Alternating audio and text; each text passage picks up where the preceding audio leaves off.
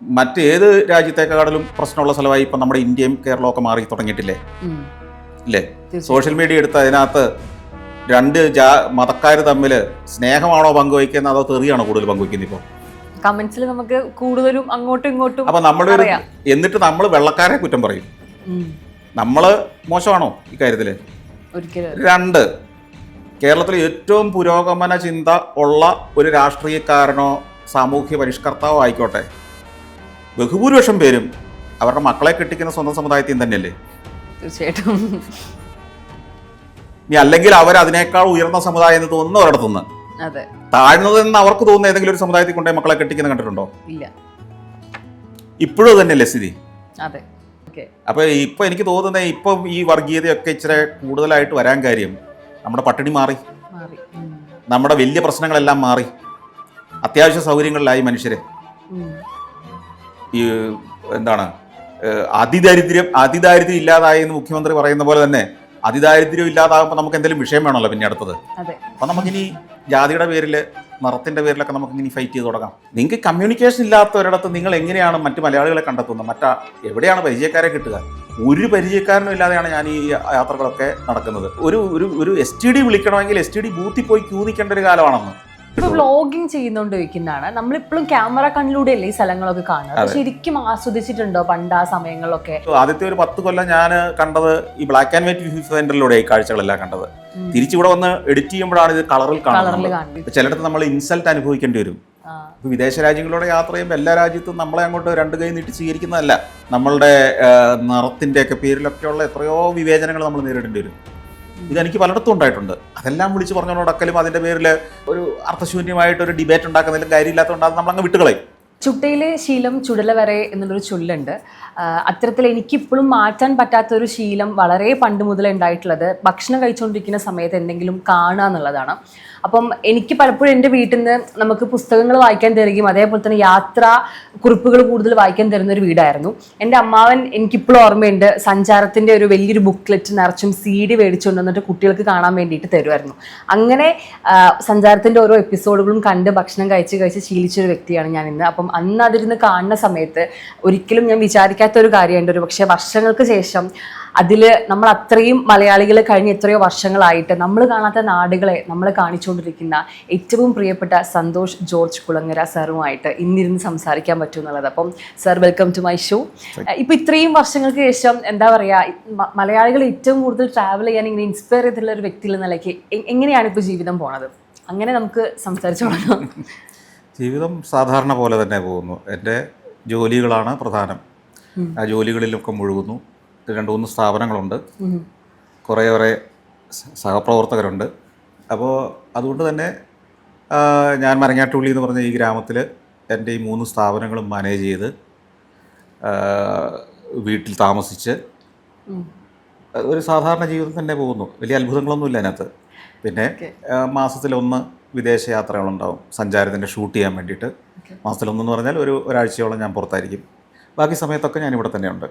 ഇന്ന് എനിക്ക് പലപ്പോഴും തോന്നിയിട്ടുള്ളത്, ഞാൻ കുറേ ഒന്നും ട്രാവൽ ചെയ്തിട്ടില്ലെങ്കിൽ കൂടിയിട്ടും വല്ലപ്പോഴൊക്കെ ചെയ്യുന്ന സമയത്ത് ഏറ്റവും കൂടുതൽ ഹെൽപ്ഫുൾ ആവുന്ന ഒരു കാര്യമുണ്ട്. ഇപ്പോൾ ഗൂഗിൾ മാപ്സ് അല്ലെങ്കിൽ ഇപ്പോൾ ChatGPT നോക്കി കഴിഞ്ഞിട്ടുണ്ടെങ്കിൽ ശരിക്കും പറഞ്ഞിട്ടുണ്ടെങ്കിൽ നമ്മളിപ്പോൾ ഒരു 5 ദിവസത്തെ ഐറ്റിനറി തരാൻ പറഞ്ഞു കഴിഞ്ഞാൽ വളരെ വ്യക്തമായിട്ട് ഓരോ സ്ഥലത്തും എന്തൊക്കെ ചെയ്യണം എന്ന് ഭയങ്കര ഭംഗിയിൽ പറഞ്ഞു തരുന്നുണ്ട്.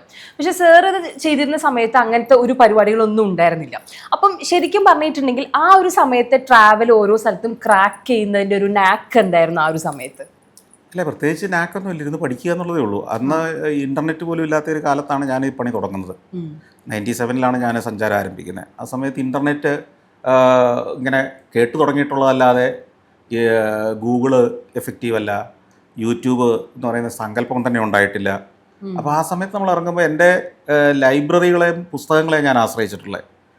ഓരോ രാജ്യത്തും എന്താണ് പ്രത്യേകത, അവിടുത്തെ പ്രധാനപ്പെട്ട കാഴ്ചകൾ എന്ത്, അതൊക്കെ ബ്രിട്ടാനിക്ക എൻസൈക്ലോപീഡിയ അല്ലെങ്കിൽ വേൾഡ് ബുക്ക് ഇങ്ങനെയുള്ള, പിന്നെ വേൾഡ് അറ്റ്ലസിൻ്റെ കുറേ കളക്ഷൻസ് ഉണ്ടായിരുന്നു ഞങ്ങളുടെ എഡിറ്റോറിയൽ ഡിപ്പാർട്ട്മെൻറ്റിൽ. അപ്പോൾ ഇതൊക്കെ പഠിച്ച് അത് ഒരു ഹോംവർക്ക് ചെയ്ത് ഇവിടെ ഇരുന്ന ടൂർ കമ്പനി, ചില ടൂർ ഏജൻസികളുണ്ട്, അന്ന് ട്രാവൽ ഏജൻസികൾ എന്നാണ് അറിയപ്പെടുന്നത്, അവരുമായിട്ട് പോയി ഡിസ്കസ് ചെയ്യും.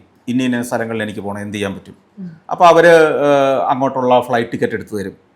പിന്നെ അവിടെ താമസിക്കാൻ പറ്റുന്ന ഹോട്ടലുകൾ ഏതാ, ഇവർക്ക് നമ്മളുടെ റിക്വയർമെൻറ്റ് കൃത്യമായിട്ട് അറിയില്ലല്ലോ. അപ്പോൾ അതുകൊണ്ട് തന്നെ ഒരു ഊഹം വെച്ചിട്ട് കുറേ സാധനങ്ങൾ ചെയ്യും.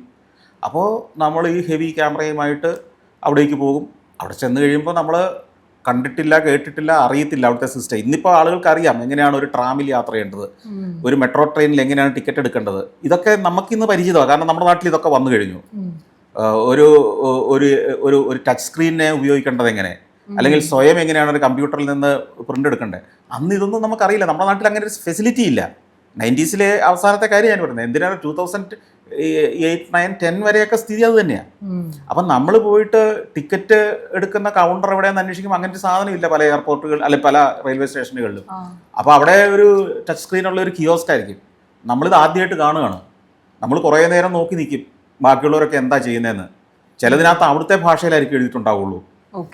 നമ്മുടെ ഇംഗ്ലീഷിൽ ചിലപ്പോൾ പല രാജ്യങ്ങളിലും ഇല്ല. ഇപ്പോൾ സ്പെയിനിൽ അല്ലെങ്കിൽ ജർമ്മനിയിൽ അല്ലെങ്കിൽ ചൈനയിൽ ഒക്കെ ചെല്ലുമ്പോൾ അന്നത്തെ കാലത്ത് ഇംഗ്ലീഷ് അവർക്കൊരു വിഷയമല്ല. ഇപ്പോഴാണ് പയ്യെ പയ്യെ ഇവരെല്ലാം ഇംഗ്ലീഷും കൂടെ എല്ലാവരും ആഡ് ചെയ്ത് തുടങ്ങിയത്. അവിടുത്തെ പ്രാദേശിക ട്രാൻസ്പോർട്ടേഷൻ സംവിധാനത്തിലൊക്കെ അതിലും വളരെ കുറച്ചേ ഇപ്പോഴും വന്നിട്ടുള്ളൂ. അപ്പം ഞാൻ പറഞ്ഞല്ലോ, ഇമാജിൻ ചെയ്യാൻ പറ്റാത്തത്ര പ്രശ്നങ്ങളിലൂടെയാണ് നമ്മൾ ഓരോ യാത്രയും ചെയ്തിരുന്നത്. ഇന്നത്തെ യാത്ര എന്ന് പറയുന്നത് കൈയും വീശി ആർക്കും പോയി കയ്യിലൊരു മൊബൈൽ ഫോൺ ഉണ്ടെങ്കിൽ നിങ്ങൾക്ക് ഒന്നും പേടിക്കണ്ട. കാരണം നിങ്ങൾക്ക് വഴി പറഞ്ഞു തരും, നിങ്ങൾക്ക് കാഴ്ചകൾ എവിടെയൊക്കെയാണെന്ന് പറഞ്ഞു തരും, ഹോട്ടൽ ബുക്ക് ചെയ്യാം, പൈസ പോലും അതിനകത്തുണ്ട് ഇഷ്ടം പോലെ അല്ലേ. നിങ്ങളുടെ ബാങ്കിൽ അക്കൗണ്ടിൽ കാശുണ്ട്. ഇത് കൊണ്ടുവന്ന കൺവേർട്ട് ചെയ്ത് ഡോളറിന് ലിമിറ്റ് ഉണ്ടെന്ന് മനസ്സിലായില്ലേ. ഒരു ട്രാവലിന് നമുക്ക് ഏതാണ്ട് $200 $300 മറ്റേ അന്ന് കൺവേർട്ട് ചെയ്ത് നമുക്ക് കിട്ടും, ട്രാൻസ്ഫർ ചെയ്ത് കിട്ടുള്ളൂ. നിങ്ങൾ വിശ്വസിക്കും, നിങ്ങൾക്ക് വിദേശയാത്ര നടത്താൻ പോകുമ്പോൾ കൊണ്ടുപോകാവുന്ന ഡോളറിന് ഗവൺമെൻറ് നിയന്ത്രണം വെച്ചിട്ടുള്ള ഒരു കാലത്താണ് ഞാൻ ഈ യാത്ര ചെയ്യുന്നത്.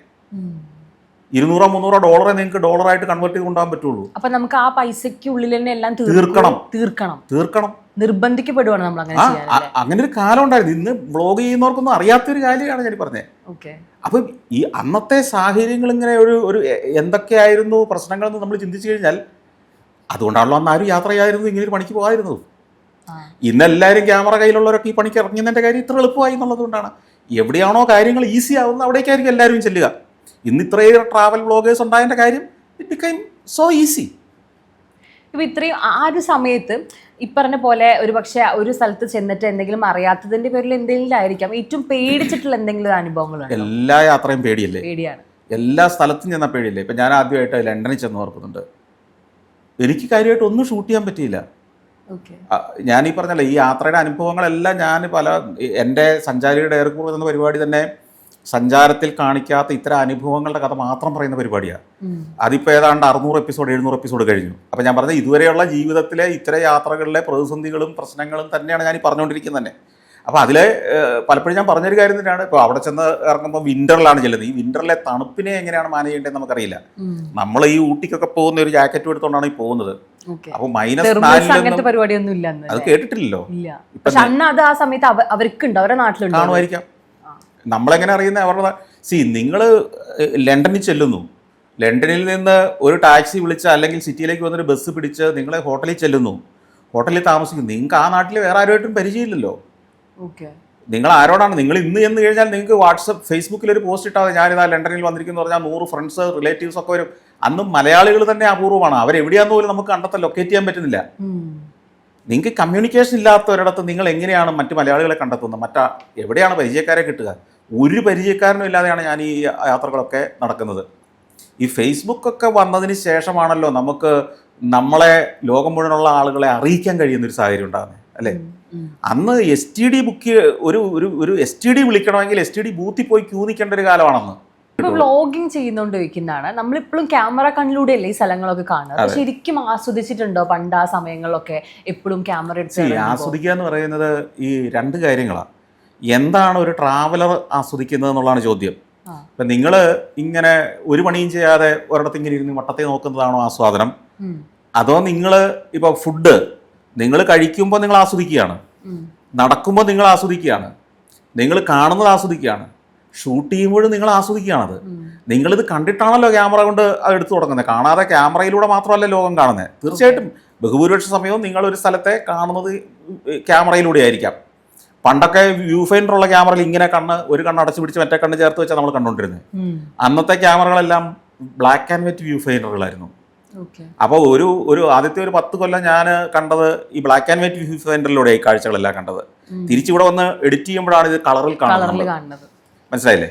എന്നാൽ നമ്മളിത് കാണുന്നില്ല എന്ന് പറയാൻ പറ്റുമോ? തീർച്ചയായിട്ടും. നമ്മൾ ലണ്ടനിലെ ട്രഫാൽഗർ സ്ക്വയറിൽ ചെന്നിറങ്ങുമ്പോൾ ട്രഫാൽഗർ സ്ക്വയറിൻ്റെ ആ ഗാംഭീര്യവും അവിടുത്തെ പ്രൗഢിയും നമ്മൾ ഒന്ന് കാണുകയാണ്. എന്നിട്ടാണ് എവിടുന്ന് തുടങ്ങണമെന്ന് തീരുമാനിക്കുന്നത്. ഏത് വിഷ്വലൊക്കെ ഏതൊക്കെയാണ് എടുക്കേണ്ടത്, എവിടുന്നാണ് തുടങ്ങേണ്ടത്, ഏതായിരിക്കണം ഫസ്റ്റ് ഷോട്ട്, സെക്കൻഡ് ഷോട്ട്, അതെങ്ങനെ പ്രൊസീഡ് ചെയ്യണം എന്ന് തീരുമാനിക്കുക. അപ്പോൾ നമ്മൾ കാണുന്നുണ്ട്. പക്ഷേ ഈ പറഞ്ഞ പോലെ നമ്മളവിടെ അങ്ങ് ഇരുന്ന് ആസ്വദിച്ച് അവിടെ വഴിയിലെ റെസ്റ്റോറൻറ്റിൽ കയറി ഇരുന്നൊരു കാപ്പിയോ ഒരു വൈനോ ഒക്കെ കുടിച്ച് അങ്ങനെ ഒരു കുറച്ച് നേരം വർത്താനമൊക്കെ പറഞ്ഞ് കഥയൊക്കെ പറഞ്ഞ് കാഴ്ചയും കണ്ട് അങ്ങനെ ഇരിക്കുക എന്ന് പറഞ്ഞാൽ ആ ലിഷർ കാഴ്ചകളില്ല. അതെനിക്കും ആസ്വദിക്കാൻ പറ്റുന്ന ഒരു പണിയുമല്ല. അതും എനിക്ക് ബോറടിക്കും. കാരണം എൻ്റെ ജോലി എനിക്ക് അത് ആസ്വാദ്യമാകുന്നത് ഞാനത് എഫക്റ്റീവായിട്ട് അത് റീപ്രൊഡ്യൂസ് ചെയ്തു, ഞാനൊരു പ്രോഗ്രാം കണ്ടന്റ് മാറ്റി എന്ന് പറയുമ്പോഴാണ് എനിക്കത് ആസ്വദിക്കാൻ പറ്റുക. പിന്നെ ഇപ്പം നമ്മളെപ്പോഴും പറയുന്ന ഒരു കാര്യമുണ്ട്, ഒരാളെ ഏറ്റവും കൂടുതൽ മനസ്സിലാക്കാൻ അവരുടെ കൂടെ യാത്ര ചെയ്താൽ മതി എന്ന് പറയാറുണ്ട്. അതിൻ്റെ പുറകിലുള്ള ഒരു സയൻസ് എന്താ ശരിക്കും പറഞ്ഞാൽ? അതായത് ട്രാവൽ ചെയ്യുമ്പോൾ എങ്ങനെയാണ് നമുക്ക് അയാൾ ഇതുവരെ കാണിക്കാത്ത പല സ്വഭാവങ്ങളും നമുക്ക് കാണാൻ പറ്റുക എന്നുള്ളത് എങ്ങനെയാണ്? എൻ്റെ കാര്യം യാത്രയിൽ എല്ലാത്തരം സിറ്റുവേഷനെ നമ്മൾ ഹാൻഡിൽ ചെയ്യേണ്ടി വരും. ഉദാഹരണം പറഞ്ഞാൽ യാത്ര ചെയ്യുമ്പോൾ പലപ്പോഴും സമയത്ത് ഭക്ഷണം കഴിക്കാൻ പറ്റിയെന്ന് വരില്ല. ചിലർക്ക് വിശന്ന് കഴിയുമ്പോൾ അവരുടെ സ്വഭാവം മാറുമല്ലോ. ചിലയിടത്ത് വളരെ ക്ഷമയോടെ കാത്തു നിൽക്കേണ്ടി വരും. ചിലയിടത്ത് നമ്മൾ ഇൻസൾട്ട് അനുഭവിക്കേണ്ടി വരും. ഇപ്പോൾ വിദേശ രാജ്യങ്ങളിലൂടെ യാത്ര ചെയ്യുമ്പോൾ എല്ലാ രാജ്യത്തും നമ്മളെ അങ്ങോട്ട് രണ്ട് കൈ നീട്ടി സ്വീകരിക്കുന്നതല്ല. പലയിടത്തും നമുക്ക് നമ്മളുടെ വംശീയമായ നമ്മളുടെ നിറത്തിൻ്റെയൊക്കെ പേരിലൊക്കെയുള്ള എത്രയോ വിവേചനങ്ങൾ നമ്മൾ നേരിടേണ്ടി വരും. ഇതെനിക്ക് പലയിടത്തും ഉണ്ടായിട്ടുണ്ട്. അതെല്ലാം വിളിച്ച് പറഞ്ഞുകൊണ്ടൊടക്കലും അതിൻ്റെ പേരിൽ ഒരു എന്താണ് നമ്മളൊരു ഒരു ഒരു ഒരു അർത്ഥശൂന്യമായിട്ടൊരു ഡിബേറ്റ് ഉണ്ടാക്കുന്നതിലും കാര്യമില്ലാത്തതുകൊണ്ട് അത് നമ്മളങ്ങ് വിട്ടുകളയും. പക്ഷെ ഇതൊക്കെ ഉണ്ട്, ഒക്കെ വാസ്തവമാണ്. പല നാട്ടിലും അതുണ്ട്. അതെ. ഇപ്പം ക്ഷമ നശിച്ചിട്ടുള്ള എന്തെങ്കിലും സിറ്റുവേഷൻ എപ്പോഴെങ്കിലും ഉണ്ടായിട്ടുണ്ട്? ഇഷ്ടം പോലെ. ഒരു സിറ്റുവേഷൻ ഏതായിരിക്കും അല്ല, എത്രയോ ഉണ്ട്. ഇപ്പം ക്ഷമ നശിക്കുക എന്ന് പറഞ്ഞാലും ഇപ്പം ഉദാഹരണം പറഞ്ഞാൽ ഇപ്പം ഞാൻ നേരത്തെ പറഞ്ഞിട്ടുള്ളതാണ് ഇതൊക്കെ. അതായത് ഈ ഞാൻ റൊമേനിയയിൽ കൂടെ യാത്ര ചെയ്യുമ്പോൾ ഒരു ദിവസം ഒരു ടാക്സി വിളിച്ചു. സിബിയു എന്ന് പറഞ്ഞ പട്ടണത്തിലാണെന്ന് തോന്നുന്നു. അവിടെ നിന്ന് എനിക്ക് സിബിയു ഒരു ഹിസ്റ്റോറിക് സിറ്റിയാണ്. സിറ്റി എന്ന് പറയത്തില്ല, ഒരു ടൗൺ എന്ന് വേണേൽ പറയാം. നമ്മുടെ ഒരു ഡിസ്ട്രിക്ട് ഹെഡ് ക്വാർട്ടേഴ്സിൻ്റെ ഒക്കെ എത്ര ഉണ്ടാവും. പക്ഷേ നല്ല ക്ലാസിക്കായ സിറ്റി. നമ്മുടെ ജില്ലാ ആസ്ഥാനം എന്ന് പറയുമ്പോൾ അതുമായിട്ട് വിഷ്വലി കമ്പയർ ചെയ്യരുത്. നിങ്ങൾ യൂറോപ്പിൻ്റെ സിറ്റികളൊക്കെ അറിയാമല്ലോ, ഒരു പ്രത്യേക രീതി പണിത കെട്ടിടങ്ങൾ, അത് നിരയൊപ്പിച്ച് ഇങ്ങനെ പണിത് വെച്ചിരിക്കുന്നു. അതിനൊക്കെ ഒരു ക്ലാസിക് ശൈലി, നല്ല കല്ല് വിരിച്ച സ്ട്രീറ്റ്സ്, ഇതൊക്കെ അങ്ങനെ തന്നെ. അപ്പോൾ ഇതിനെല്ലാത്തിനും ഒരു സ്വഭാവമാണ്. ഏത് സിറ്റി ഏതാണ്ട് ഒരുപോലെ ഇരിക്കും. അതാണ് അതിൻ്റെ ഒരു കുഴപ്പവും. അവിടെ നിന്ന് ഒരു ടാക്സി വിളിച്ച് വില്ലേജസ് കാണാൻ ഞാൻ തീരുമാനിച്ചു. വില്ലേജുകളിലൂടെ പോകാം. അപ്പോൾ ഞാൻ നേരത്തെ തന്നെ ഈ പറഞ്ഞ പോലെ തന്നെ പ്രിപ്പയർ ചെയ്ത് വെച്ചിട്ടുണ്ട്. സിബിയുവിൽ നിന്ന് പോയാൽ കുറേ ഗ്രാമങ്ങൾ ഏതൊക്കെ കാണാൻ പറ്റും. ഒരു 5-6 ഗ്രാമങ്ങൾ കാണണം. അപ്പോൾ ഇവിടുന്ന് ഒരു 3-4 മണിക്കൂറുണ്ട്. രാവിലെ പുറപ്പെട്ട് ഉച്ചയാകുമ്പോൾ എനിക്ക് തിരിച്ചെത്തിയാൽ മതി. ഉച്ച കഴിഞ്ഞ് എനിക്ക് സിബിയു സിറ്റിയിലേക്ക് ഇറങ്ങണം. അങ്ങനെ ഉച്ച കഴിയുമ്പോഴാണ് ഈ ടൗൺ സ്ക്വയർ ഒക്കെ സജീവമാകുന്നത്. വൈകുന്നേരം ആയിരിക്കും ഏറ്റവും ലൈഫ് ഉണ്ടാകുന്ന സമയം. അപ്പോൾ രാവിലെ ടൗൺ സ്ക്വയറിൽ പോയി നിന്നിട്ട് കാര്യമില്ല, അവിടെ ആളുണ്ടാവില്ല. അപ്പോൾ രാവിലെ ഈ വില്ലേജസ് കാണാൻ പോകാം.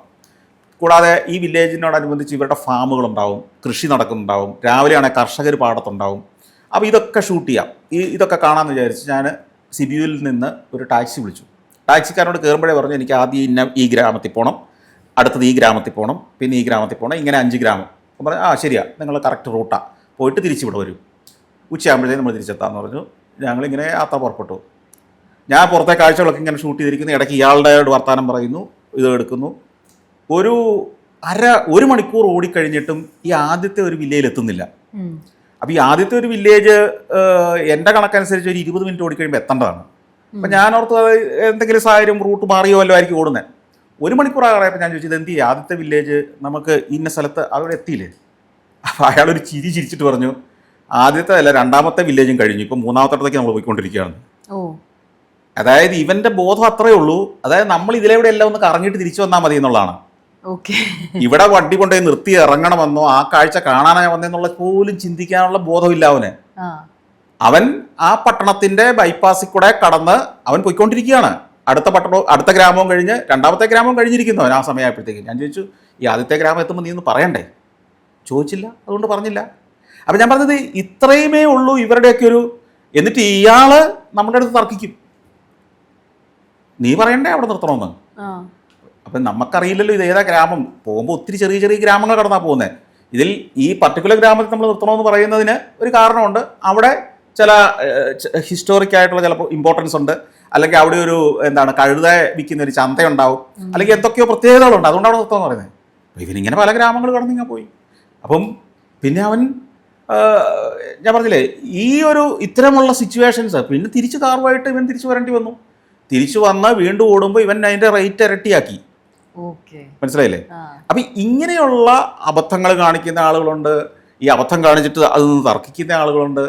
ചില സ്ഥലങ്ങളിൽ നമ്മളെ ഈ പറഞ്ഞ ഈ ചില UK-യിലാവട്ടെ മറ്റ് ചില യൂറോപ്യൻ രാജ്യങ്ങളിലാവട്ടെ വൈറ്റ് നിറത്തിൻ്റെ പേരിൽ നമ്മളോട് വിവേചനം കാണിക്കുന്നത് നമുക്ക് ആദ്യത്തെ ഒരു മിനിറ്റിനകം മനസ്സിലാവും ഇവൻ നമ്മളെ ഒരു വ്യത്യസ്തമായ കണ്ണിലൂടെയാണോ കാണുന്നതെന്ന്.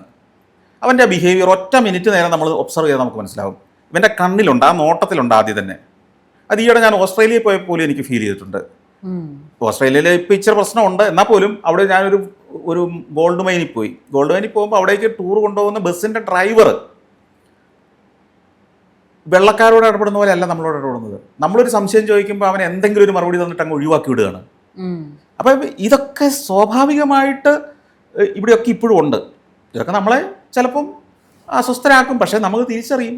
ഇതിനെ നമ്മൾ പ്രതികരിച്ചിട്ട് കാര്യമൊന്നുമില്ല, നമ്മൾ നമ്മുടെ പണി നോക്കി അങ്ങ് പോവുക. അപ്പൊ ശരിക്കും പറഞ്ഞാൽ ഇങ്ങനത്തെ ഒരു വർഗീയത അങ്ങനത്തെ ഒരു പരിപാടിക്ക് ശരിക്കും പറഞ്ഞാൽ അപ്പൊ നമ്മുടെ ഈ ലോകത്തിന്റെ ഒരു അവസാനം കാണില്ല. ഇത്രയും വർഷങ്ങൾ കഴിഞ്ഞിട്ടും ഇപ്പോഴും നമ്മുടെ ഒരുപാട് ഫ്രണ്ട്സും ഇപ്പൊ പറഞ്ഞ പോലെ തന്നെ ലണ്ടൻ ആവട്ടെ അങ്ങനത്തെ സ്ഥലങ്ങളൊക്കെ അവർ പറയാറുണ്ട്, അവർക്ക് ഇത്തരത്തിൽ അനുഭവങ്ങൾ ഉണ്ടാവാറുണ്ട്. അപ്പൊ ഇത് ശരിക്കും ശമിക്കുന്ന ഒരു കാര്യമല്ലേ ഒരിക്കലും ഇത്? എനിക്ക് തോന്നുന്നില്ല.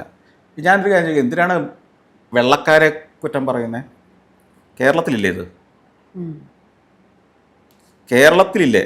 കേരളത്തിലെ നിറത്തിന്റെ പേരിലും ജാതിയുടെ പേരിലും മതത്തിന്റെ പേരിലും ഒക്കെ മറ്റേത് രാജ്യത്തെക്കാളും പ്രശ്നമുള്ള സ്ഥലമായി ഇപ്പം നമ്മുടെ ഇന്ത്യയും കേരളവും ഒക്കെ മാറി തുടങ്ങിയിട്ടില്ലേ? ഇല്ലേ? സോഷ്യൽ മീഡിയ എടുത്ത് അതിനകത്ത് രണ്ട് മതക്കാർ തമ്മിൽ സ്നേഹമാണോ പങ്കുവയ്ക്കുന്നത് അതോ തെറിയാണോ കൂടുതൽ പങ്കുവയ്ക്കുന്നത്? ഇപ്പോൾ കമന്റ്സിൽ നമുക്ക് കൂടുതലും അങ്ങോട്ടും ഇങ്ങോട്ടും. അപ്പൊ നമ്മൾ എന്നിട്ട് നമ്മൾ വെള്ളക്കാരെ കുറ്റം പറയും. നമ്മള് മോശമാണോ ഇക്കാര്യത്തില്? രണ്ട്, കേരളത്തിൽ ഏറ്റവും പുരോഗമന ചിന്ത ഉള്ള ഒരു രാഷ്ട്രീയക്കാരനോ സാമൂഹ്യ പരിഷ്കർത്താവോ ആയിക്കോട്ടെ, ബഹുഭൂരിപക്ഷം പേരും അവരുടെ മക്കളെ കെട്ടിക്കുന്ന സ്വന്തം സമുദായത്തിൽ തന്നെയല്ലേ? തീർച്ചയായിട്ടും. ഇനി അല്ലെങ്കിൽ അവർ അതിനേക്കാൾ ഉയർന്ന സമുദായം എന്ന് തോന്നുന്ന ഒരിടത്തുനിന്ന് താഴ്ന്നതെന്ന് അവർക്ക് തോന്നുന്ന ഏതെങ്കിലും ഒരു സമുദായത്തിൽ കൊണ്ടുപോയി മക്കളെ കെട്ടിക്കുന്ന കണ്ടിട്ടുണ്ടോ? ഇല്ല.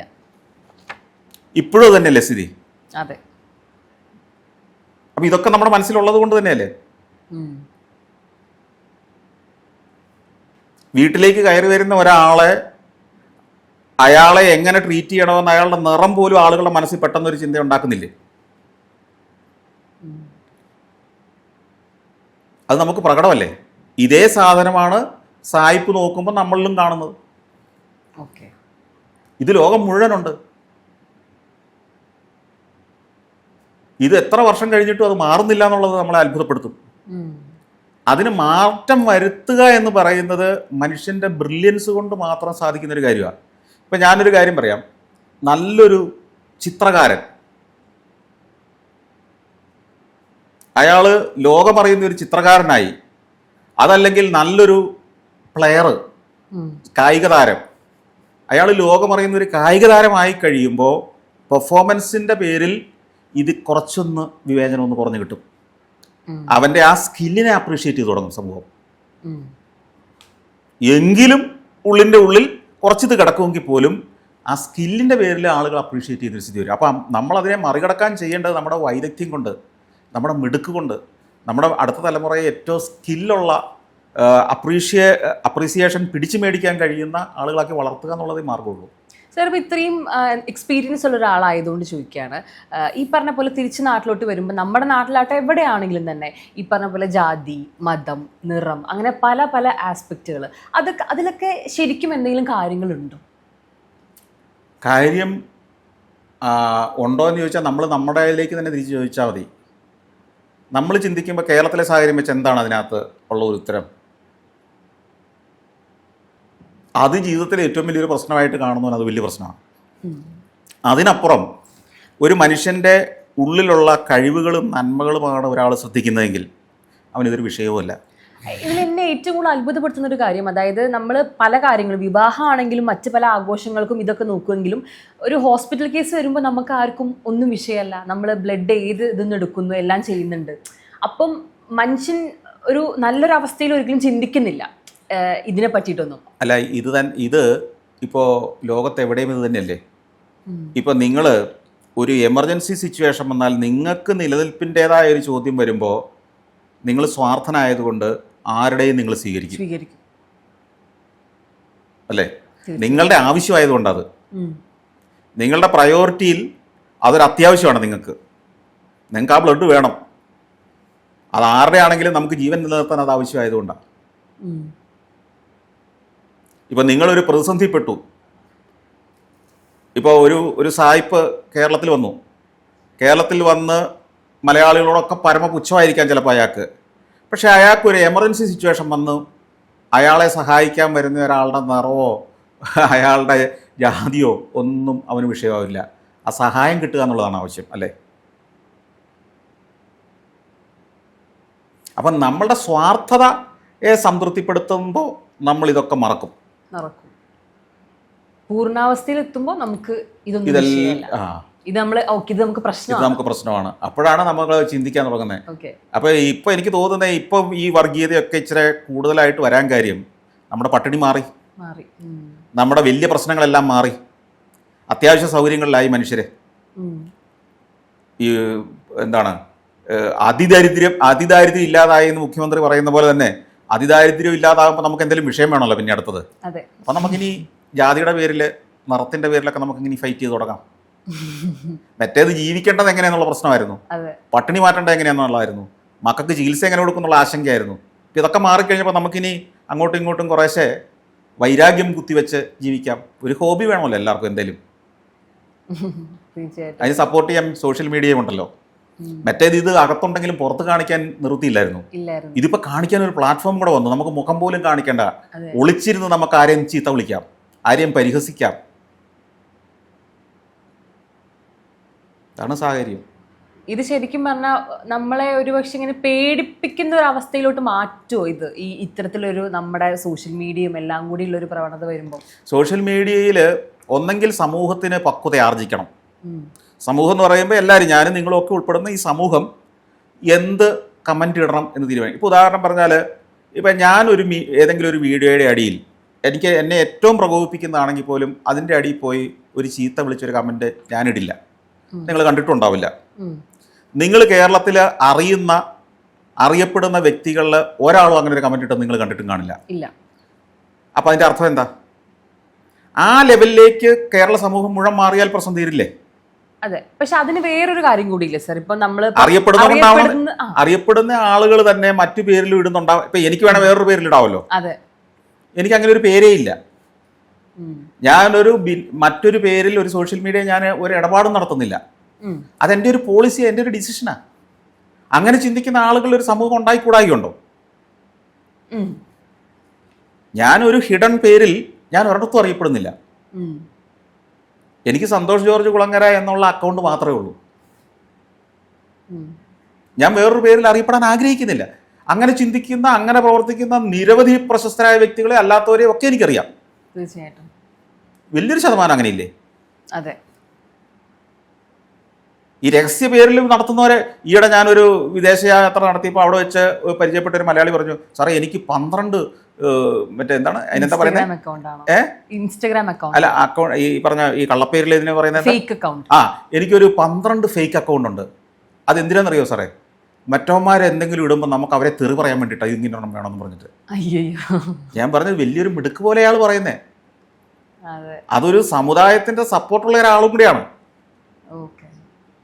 അപ്പോൾ ആ സമുദായത്തിന്റെ നേതാവിനെ ആരെങ്കിലും എന്തെങ്കിലും പറഞ്ഞാൽ ഇയാളെപ്പോലുള്ള കുറേയേറെ ആളുകൾ ഫേക്ക് അക്കൗണ്ടിൽ നിന്നാണ് മറ്റവനെ തെറി വിളിക്കുന്നത്. അപ്പം നമ്മളുടെ ഗുണ്ടകളുണ്ടല്ലോ, ഇപ്പോൾ കൊച്ചിയിലൊക്കെ ഗുണ്ടകളുണ്ടെന്ന് പറഞ്ഞ പോലെ സമുദായത്തിൻ്റെയോ സംഘടനയുടെയോ മതത്തിൻ്റെയോ ഒക്കെ കുറേ ഗുണ്ടകളെ ഈ ട്രെയിൻ ചെയ്തിങ്ങനെ ആക്കി, രാഷ്ട്രീയത്തിൻ്റെ ഒക്കെ ഗുണ്ടകളെ ഇങ്ങനെ തെറി പറയാനാക്കുന്നതാണ്. അവരാണ് പല പേരിലും വന്നിട്ട് ശരിയായ ഒരു അക്കൗണ്ടും പേരും ഇല്ലാത്തതെല്ലാം ഏതെങ്കിലും പ്രസ്ഥാനത്തിൻ്റെ ഗുണ്ടകളായിരിക്കും. അവരുടെ അഭിപ്രായം സാധാരണക്കാരൻ ചിന്തിച്ചിട്ടോ, ഈ 1000 പേര് നെഗറ്റീവ് കമൻ്റ് ഇട്ടു, ഞാനും അങ്ങനെ അങ്ങ് തീരുമാനിക്കുക, എന്നാൽ പിന്നെ ഇതായിരിക്കും ശരിയെന്ന്. ഇവൻ കാശ് മേടിച്ചിട്ട് ഗുണ്ടാപ്പണി ചെയ്യുന്ന ഒരാളാണെന്ന് സമൂഹം നമ്മളൊന്നും പോലുള്ള സാധാരണക്കാർ പലപ്പോഴും അറിയുന്നില്ല. പെണ്ണുങ്ങൾ, കുട്ടികൾ, യുവാക്കൾ, ഇതറിയാത്ത ആളുകളൊക്കെ ഉണ്ട്, നിഷ്കളങ്കരായ. അവർ വിശ്വസിക്കുന്നത് ഇതാണ് ലോകം മുഴുവൻ അങ്ങനെ തന്നെ ചിന്തിക്കുന്നതെന്നാണ്. അപ്പം നിങ്ങളുടെ ചിന്തയെ പോലും ഇവർക്ക് സ്വാധീനിക്കാൻ പറ്റും ഫേക്കായ അക്കൗണ്ടുകൾ വഴി. അതെ, ശരി. നമ്മൾക്ക് കമന്റ് കണ്ടു കഴിഞ്ഞാൽ നമുക്ക് തോന്നിപ്പോ ഇത് ശരിയാണോ, നമുക്ക് പൊതുവെ നമ്മുടെ ഉള്ളിൽ ആ കമന്റ് വായിച്ചില്ലെങ്കിൽ ഉള്ള അഭിപ്രായമല്ല കമന്റ് വായിച്ചു കഴിയുമ്പോൾ. സത്യം, മനസ്സിലായില്ലേ? അപ്പൊ നിങ്ങളെ സ്വാധീനിക്കും. അപ്പൊ ഈ കമന്റ് ഇടുന്നത്, ഈ കള്ള ഫേക്ക് അക്കൗണ്ടുകളും നിർത്തലാക്കേണ്ട ഒരു കാലം കഴിഞ്ഞു. ഒരു കമന്റ് ഇടുന്നവൻ അവന്റെ ശരിയായ അഡ്രസ്സ് കണ്ടുപിടിക്കാൻ നമുക്ക് പറ്റുന്ന ഒരു കാലം വന്നാൽ കുറെ നിൽക്കില്ല ഇത്. സത്യമാണ്. അതൊരു ഗവൺമെന്റ് വിചാരിച്ച നടക്കാത്തതാണോ? അല്ല. അപ്പൊ ഈ ഗവൺമെന്റിനെ നയിക്കുന്നവർക്കും വേണം ഈ തെറി വിളിക്കുന്നവന്മാര്. ഫേക്ക് അക്കൗണ്ടുകാരെ ഉപയോഗിക്കുന്നതിലെ പ്രധാന കക്ഷികൾ ഇവരൊക്കെ ആയതുകൊണ്ടല്ലേ അവരിത് നിരോധിക്കാത്തത്? ശരിയാണ്. അല്ലെങ്കിൽ ഒരു ഗവൺമെന്റിന് ഇപ്പൊ കള്ളക്കടത്ത് നിരോധിച്ചിട്ടുണ്ടല്ലോ, മറ്റ് എന്തെല്ലാം കാര്യങ്ങൾ ഇവർ നിരോധിക്കുന്നു, നിയമ നടപടികൾ എടുക്കുന്നു. ED പോലൊരു സംവിധാനത്തെ ഉണ്ടാക്കിയപ്പോൾ ഇതിനും കൂടെ ഫേക്ക് അക്കൗണ്ടുകാരനെ മുഴുവൻ അങ്ങ് പിടിച്ച് അകത്തിട്ടൂടെ? 10 എണ്ണത്തിനകത്തിട്ടുമ്പോൾ പണിയൊന്നും നിൽക്കില്ലേ? ഇത് നമ്മൾ കൊടുക്കണ കംപ്ലൈന്റ് പേഴ്സണൽ ആയിട്ട്, എന്നിട്ട് അതിന്റെ പുറകെ നമ്മൾ എത്ര നടക്കണം. അപ്പോഴേ നമുക്ക് ഇത് ഞാൻ പറഞ്ഞത്, ഇപ്പം പിണറായി വിജയനാവട്ടെ, നരേന്ദ്രമോദി ആവട്ടെ, VD സതീശനാവട്ടെ, ആരും ഈ ആക്രമണം നേരിടാത്തവരില്ല. എന്നിട്ടും അവർ ഭരണത്തിൽ വരുമ്പോൾ എന്തുകൊണ്ട് ഈ ഫേക്ക് അക്കൗണ്ട് ഒന്ന് നിരോധിച്ച് കളയാം, അങ്ങനെ ഈ ഫേക്ക് അക്കൗണ്ടുകാർക്കെതിരെ ഇന്ത്യ രാജ്യത്ത് ഒരു നിയമം ഉണ്ടാക്കാം. നിങ്ങൾ ആരെയെങ്കിലും അധിക്ഷേപിക്കുന്നത്, നിയമമൊക്കെ ഉണ്ട്, അധിക്ഷേപിച്ചാൽ നിങ്ങൾക്ക് കേസിന് പോകാമെന്ന്. ഈ അധിക്ഷേപം എല്ലാം കഴിഞ്ഞിട്ട് കേസിന് പോയിട്ട് എന്ത് കാര്യം? വർഷങ്ങൾ മാത്രമല്ലല്ലോ. നിങ്ങൾ അധിക്ഷേപം സഹിക്കാനും പരിഹാസം കിട്ടാനോ ഉള്ളതെല്ലാം നിങ്ങൾക്ക് 12 ദിവസം അല്ലെ 10 ദിവസം കൊണ്ട് കിട്ടി. നിങ്ങൾ തകർന്ന് തരിപ്പണമായതിനു ശേഷം പിന്നെ എല്ലാവരും മറന്നു കഴിഞ്ഞ് എന്തെങ്കിലും ഒരു നീതി കിട്ടി എന്ന് പറയുന്നതിൽ എന്താ അർത്ഥം ഇരിക്കുന്നത്? നിങ്ങൾ അനുഭവിക്കാനുള്ള യാതനയും മാനസിക സംഘർഷവും ടെൻഷനും മരിച്ചാൽ പോലും വേണ്ടില്ല എന്നുള്ള ആ ചിന്തയും നാട്ടുകാരുടെയും വീട്ടുകാരുടെയും കൂട്ടുകാരുടെയും പരിഹാസവും മുഴുവൻ 7-8 ദിവസം അനുഭവിച്ചതിന് ശേഷം എന്തെങ്കിലും കിട്ടുന്ന ഒരു നീതിക്ക് എന്തർത്ഥമുള്ളത്?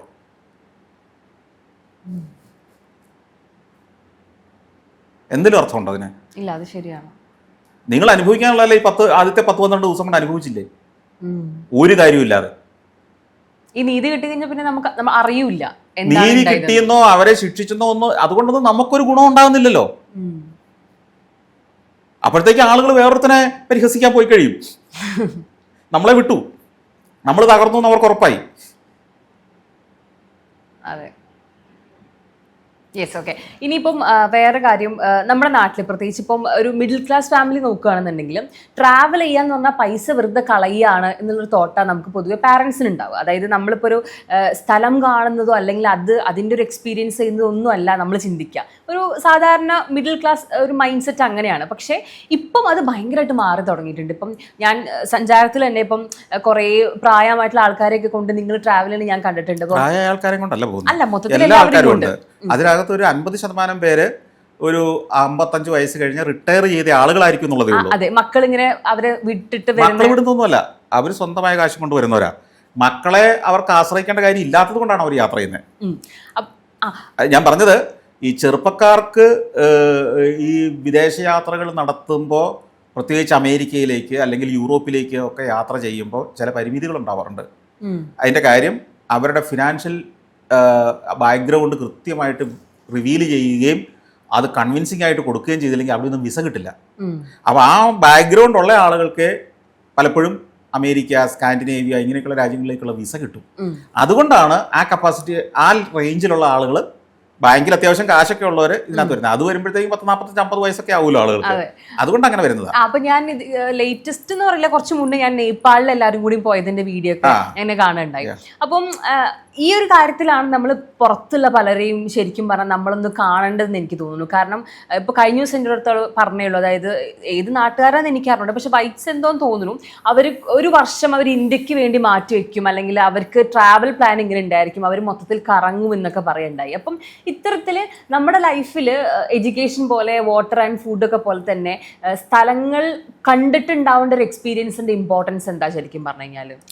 ഈ വെസ്റ്റേൺ ആളുകൾ അല്ലെങ്കിൽ യൂറോപ്പിലോ അമേരിക്കയിലോ ഉള്ള സമ്പന്ന രാജ്യങ്ങളിലെ ആളുകൾ ഈ യാത്രയുടെ ഫിലോസഫി മുഴുവൻ പൂർണ്ണമായിട്ടും മനസ്സിലാക്കിയിട്ടാണ് ചെയ്യുന്നതെന്നൊന്നും എനിക്ക് അഭിപ്രായമില്ല. അവർക്കത് വർഷങ്ങളായിട്ടുള്ള ഒരു ശീലത്തിൻ്റെ ഭാഗമാണ്. ഇപ്പോൾ ഉദാഹരണത്തിന് നമുക്ക് ചെറുപ്പക്കാരിൽ ഒരു ശീലം വന്നിട്ടില്ലേ, ഒരു യാത്ര ചെയ്യണം എന്നുള്ളൊരു ചിന്ത. ഫ്രണ്ട്സായിട്ട് അല്ലെങ്കിൽ ഒരു ബൈക്ക് റൈഡിങ് അല്ലെങ്കിൽ ഹിമാലയത്തിലേക്ക്, ലേ ലഡാക്ക്. ഈ കഴിഞ്ഞ ഒരു 5-8 വർഷം കൊണ്ട് അല്ലെങ്കിൽ കോവിഡിന് ശേഷം പോസ്റ്റ് കോവിഡാണ് അത് പ്രകടമായത്. എന്ന് പറഞ്ഞതുപോലെ 1940കളിലും 50കളിലും രണ്ടാം ലോകമഹായുദ്ധം കഴിഞ്ഞപ്പോൾ നമുക്കിവിടെ കോവിഡ് ഉണ്ടാക്കിയ ഒരു പ്രതിസന്ധി ഉണ്ടല്ലോ, ഒരു അപ്സെറ്റ് ആക്കിയില്ലേ മനുഷ്യരെ, ജീവിതം ഇനി എന്ത് എന്നുള്ളൊരു ചോദ്യം. ഇതേ ചോദ്യം നമ്മൾ 40കളിലൊന്നും അറിഞ്ഞില്ലെങ്കിൽ ഈ 40കളിലെ രണ്ടാം ലോകമഹായുദ്ധം ഈ പാശ്ചാത്യ ലോകത്തെ മുഴുവൻ തകർത്ത് കളഞ്ഞു. അങ്ങനെ ഇനി ജീവിതം ഇല്ല എന്നവർക്ക് മനസ്സിലായി. കൂടെ ഉണ്ടായിരുന്നവരെ ബന്ധുക്കള് സുഹൃത്തുക്കളും ഒക്കെ ഒരു ബോംബ് സ്ഫോടനത്തിൽ അല്ലെങ്കിൽ ഒരു ഷെല്ലാക്രമണത്തിൽ അല്ലെങ്കിൽ ഒരു യുദ്ധത്തിൽ മരിച്ചു വീഴുകയാണ്. കോടികളാണ് ആ യുദ്ധത്തിൽ മരിച്ചത്. അപ്പോൾ ഇവർ ജീവിതത്തിൻ്റെ നിരർത്ഥകത മനസ്സിലാക്കിയിട്ട് അവർക്ക് പിന്നെ വീണ്ടും ആ രാജ്യം പ്രവർത്തനം തുടങ്ങിക്കഴിഞ്ഞപ്പോൾ അല്ലെങ്കിൽ യുദ്ധത്തിന് ശേഷം ഇവർ വീണ്ടും ജീവിതം ആരംഭിക്കുമ്പോൾ ഇവർക്ക് മനസ്സിലായി, നമ്മളിങ്ങനെ പോത്തുപോലെ പണിതുകൊണ്ട് മാത്രമായില്ല, എപ്പോൾ വേണമെങ്കിലും ഒരു മിസൈൽ കൊണ്ട് തീരാവുന്നതേ ഉള്ളൂ നമ്മുടെ ജീവിതം. അതുകൊണ്ട് ഉള്ള കാലം ഏറ്റവും ആസ്വാദ്യമാക്കുക എന്നുള്ള ഒരു ഫിലോസഫിയിലേക്ക് അവർ മാറുന്നത് അങ്ങനെയാണ്. യൂറോപ്പൊക്കെ നിരന്തരം യുദ്ധങ്ങൾ കണ്ട നാടുകളാണ്, ജീവിതത്തിൻ്റെ നിരർത്ഥകത നിരന്തരം കാണുന്നൊരു നാടാണ്. അവർക്ക് ഇങ്ങനെ സ്വസ്ഥമായിട്ട് സുഖമായിട്ടൊരു വീട്ടിൽ സമ്പാദ്യം മക്കൾക്ക് വേണ്ടി കരുതി വെക്കുന്നതിൽ ഒരു അർത്ഥമില്ലെന്നും, ഈ ബാങ്ക് പോലും നാളെ ബോംബിട്ട് തകർക്കപ്പെടാമെന്നും, ഈ ബാങ്കിൽ നിങ്ങളുടെ അക്കൗണ്ട് പോലും ഇല്ലാതാകാമെന്നും, വേറൊരു രാജ്യം വേണേൽ നിങ്ങളെ കീഴടക്കി അവരുടെ നിയമം നാളെ ബാങ്കിന് പലിശയില്ല എന്നുള്ള നിയമമായിരിക്കും പ്രഖ്യാപിക്കുന്നതെന്നൊക്കെ നാളത്തെ അനിശ്ചിതത്വങ്ങളെക്കുറിച്ച് നല്ല ബോധമുള്ള സമൂഹമായിട്ട് മാറുമ്പോൾ അവർ തീരുമാനിച്ചു, ഇന്ന് കിട്ടുന്ന കാശ് കൊണ്ട് നാളെ ജീവിക്കുമെന്ന് പോലും അറിയത്തില്ലാത്ത സ്ഥിതിയിൽ ഇന്ന് ഏറ്റവും അതിനെ ആസ്വാദ്യമാക്കുക, നമ്മൾ ജീവിക്കുന്ന ഈ ഭൂമിയെ എക്സ്പ്ലോർ ചെയ്യുക, കാണുക, അങ്ങനെ ഒന്നും തുടങ്ങിയൊരു ശീലമാണ്. അപ്പോൾ ഈ ശീലം ഒരു കുടുംബത്തിലുണ്ടെങ്കിൽ മക്കളും അങ്ങനെ തന്നെ തുടരും. അവർ നാടിൻ്റെ ശീലമായി മാറും. കാശുണ്ടെങ്കിലും ഇല്ലാത്തവൻ വീക്കെൻഡിൽ അവധി കിട്ടുമ്പം അടുത്ത അയൽ ഗ്രാമത്തിലേക്ക് സൈക്കിൾ എടുത്ത് പോയി പുഴയുടെ തീരത്ത് ക്യാമ്പ് ചെയ്ത് ഒരു ടെൻ്റ് അടിച്ച് താമസിക്കുന്നവനായി മാറും. കാശ് കൂടുതലുള്ളവൻ അവിടുന്ന് വിമാനം പിടിച്ചടുത്ത രാജ്യത്തേക്ക് പോകും, അല്ലെങ്കിൽ വേറൊരു എക്സോട്ടിക് ഡെസ്റ്റിനേഷനിലേക്ക് പോകും, അല്ലെങ്കിൽ ആഫ്രിക്കൻ സഫാരിക്ക് പോകും. അത് അവരുടെ സാമ്പത്തിക ചുറ്റുപാടനുസരിച്ച് അവരങ്ങനെ മാറാൻ തുടങ്ങി. അങ്ങനെയാണ് യൂറോപ്പ് ആ ട്രെൻഡിലേക്ക് വരുന്നത്. മനസ്സിലായില്ലേ? അല്ലാതെ ഇത് ലോകമങ്ങ പഠിച്ചു കളയാമെന്ന് വിചാരിച്ചോ ഒരു ഗവേഷണാത്മകമായിട്ടൊന്നും പോയതല്ല, അതൊരു ഭാഗമായി, ജീവിതത്തിന്റെ ഒരു ഭാഗമായി. അത് ഇങ്ങനെ വന്നതാ. അത് അവരിൽ എക്സ്പോഷർ ഉണ്ടാക്കി, അവരപ്പോൾ സംസ്കാരങ്ങളെ പഠിക്കാൻ തുടങ്ങി. അത് ഒരു എക്കണോമിക് ആക്ടിവിറ്റി ആയിട്ടൊക്കെ മാറിയത് ക്രമേണ. അപ്പോൾ നമ്മൾ കേരളത്തിൽ ഇപ്പം പോലെ ഭയങ്കര ഒരു സ്വസ്ഥമായ ഒരു ഫീൽ ഉള്ളതുകൊണ്ടാണ് അപ്പോൾ നമുക്ക് പണ്ട് മുതൽ ഇങ്ങനത്തെ ഒരു ചിന്ത ഇല്ലാണ്ടായത്. നമ്മുടെ മൈൻഡ് സെറ്റ് ഇപ്പോഴും നാളേക്ക് എന്നുള്ള സാധനമാണ്. അത് മാത്രമല്ല, സേവ് ചെയ്യലായിരുന്നല്ലോ നമ്മുടെ ലക്ഷ്യം. നമ്മുടെ മാതാപിതാ സേവ് ചെയ്യുന്ന പൈസ ഉള്ളവർ സേവ് ചെയ്യലായിരുന്നു. മീൻസ് നാളെ നാളെ മക്കൾക്ക് ജീവിക്കണ്ടേ, മക്കൾക്ക് വേണ്ടി സേവ് ചെയ്യാൻ തുടങ്ങി. ഇവിടുത്തെ ഇപ്പോൾ ഈ മാറ്റം വരാനുള്ള ഒരു കാരണം, ഞാൻ ഈ യാത്ര ചെയ്യുന്നവരോടൊക്കെ സംസാരിക്കുന്നതാണല്ലോ. അപ്പോൾ അവർ പറയുന്നത്, എൻ്റെ മക്കൾ US സെറ്റിൽഡാണ്, അവർക്ക് ഞാനിനി പൈസ ഉണ്ടാക്കി കൊടുക്കേണ്ട കാര്യമില്ല. അവർ പറയുന്നത്, നിങ്ങൾക്ക് ഒരിടത്തും പോകാൻ പൈസ വേണമെങ്കിൽ ഞാൻ ഇങ്ങോട്ട് തരാമെന്നാണ് പറയുന്നത്. അപ്പോൾ ഞങ്ങൾക്കിപ്പോൾ 60-65 വയസ്സായി, അല്ലെങ്കിൽ 75 വയസ്സായി, ഇനി എത്ര കാലം കൂടെ? അപ്പോൾ ഈ ബാങ്കിൽ ഈ കാശ് വിട്ടിട്ട് എന്ത് ചെയ്യാനാണ്? ഇത് പോകുമ്പോൾ കൊണ്ടുപോകാൻ പറ്റുമോ? ബാങ്ക് ഈ പൈസ എടുത്ത് ലിക്വിഡേറ്റ് ചെയ്ത് അവരുടേതാക്കുന്നതിന് പകരം ആ കാശ് കൊണ്ട് ഞങ്ങൾക്ക് ജീവിച്ചുകൂടെ, സ്വസ്ഥമായിട്ട് സന്തോഷമായിട്ട് കാണാനുള്ള ലോകം കണ്ടുകൂടെ? അതിന് തീർച്ചയായിട്ടും ഈ സഞ്ചാരവും സഫാരിയും ഒരു പ്രചോദനമായിട്ടുണ്ട്. ഇതിവരെ ട്രിഗർ ചെയ്തുകൊണ്ടിരിക്കും. അതുകൊണ്ടാണ് നമ്മൾ തന്നെ ഇതിന് ലീഡർഷിപ്പ് കൊടുത്ത് ടൂറുകൾ നടത്തുന്നതിൻ്റെ കാര്യം. ഇനി അടുത്ത ഒരു ഡെസ്റ്റിനേഷൻ എവിടെയാണ് സഞ്ചാരത്തിൻ്റെ എല്ലാവരുമായിട്ട് പോകുന്നത്? അല്ലേ, എല്ലാ മാസവും ഇപ്പോൾ ഈ ആഴ്ചയുണ്ട്. ഇപ്പോൾ എന്താണ്, ചൈന, മംഗോളിയ, ജപ്പാൻ, കൊറിയ, നിരവധി ടൂറുകൾ എല്ലാ മാസവും ഒരു 7-8 ടൂറുകൾ വെച്ചുണ്ട്. അവരുടെ കൂടെയാണോ സാർ ഇപ്പോൾ പോകുന്നത്? ഞാൻ വളരെ സെലക്റ്റീവായിട്ട് ചില പ്രത്യേക ടൂറുകളിൽ മാത്രമേ ഞാൻ പങ്കെടുക്കുന്നുള്ളൂ. ഞാൻ എല്ലാ ടൂറിലും പോകുന്നില്ല. ഞാൻ ചില ടൂറുകളിലൊക്കെ പോകുന്നുണ്ട്. ആ ടൂറിൽ പോകുന്നത് ഞാൻ സഞ്ചാരത്തിൽ കാണിക്കുന്നുണ്ട്. പക്ഷേ ഞാനിപ്പോൾ സ്പെയിനിലായിരുന്നു. അത് ഞാൻ തനിച്ചു പോയ ടൂറാണ്. അല്ലെങ്കിൽ അതുപോലെ തന്നെ അതിന് തൊട്ട് മുമ്പ് ഓസ്ട്രേലിയയിൽ പോയത് ഞാൻ തനിച്ചു പോയ ടൂറാണ്. ആ ടൂർ എന്ന് പറഞ്ഞാൽ അവിടെ ഒരു ഫംഗ്ഷൻ കൂടെ ഉണ്ടായിരുന്നു, അതിൻ്റെ ക്ലബ് ചെയ്ത് പോയത്. അതൊന്നും ഈ ഗ്രൂപ്പ് ടൂറിൻ്റെ കൂടെ പോയതല്ല.